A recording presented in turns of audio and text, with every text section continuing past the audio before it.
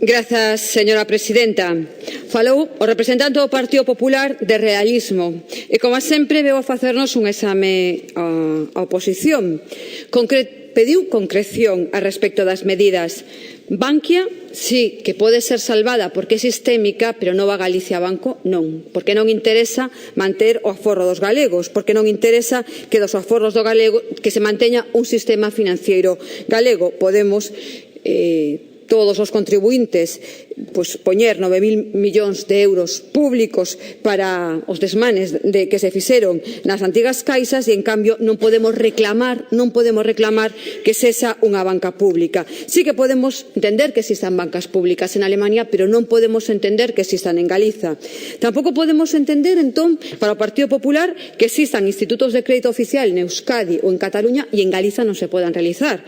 Eu, polo que vexo, segundo as competencias que temos no Estatuto de Autonomía de Galiza, no artigo 30, particularmente no seu apartado 1 e no seu apartado 5, ponse claramente que existen as competencias para fomentar e planificar a actividade económica en Galiza e as institucións de crédito corporativo, público e territoriais e caixas de aforro.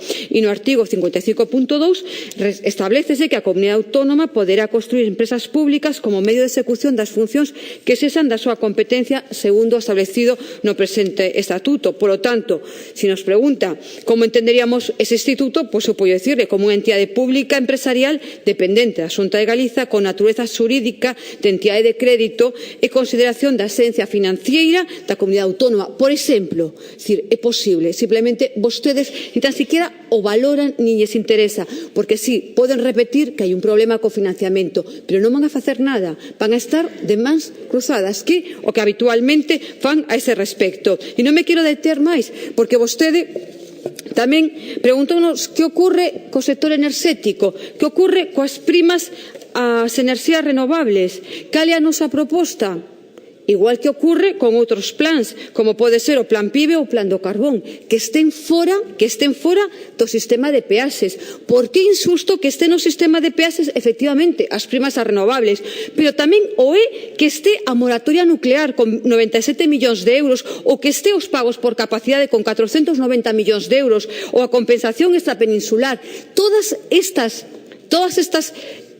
tasas que pagamos a través do peaxe do sistema a pagan por igual todos os contribuintes, independentemente do que gasten en enerxía. Polo tanto, non estamos primando un aforro enerxético, todo o contrario, porque non se vai a ver aminorado no recibo da luz. Polo tanto, deberían estar fora do recibo da luz, como están outras, xa puxen outros exemplos de cuestións referidas ao sistema enerxético e, polo tanto, se pagarían cos impostos e, por tanto, con un sistema de tributación máis xusto que a través do recibo da luz, onde paga igual unha persoa que consume pouco que unha persoa que consume máis cando falamos de peaxes. Polo tanto, nós sí que entendemos que se debe apostar polas renovables, efectivamente, pero igual hai que buscar non agochalas no sistema de peaxes e non falar de déficit tarifario, como está falando neste momento, para esconder realmente o que os grandes beneficios dos grupos das eléctricas, do cal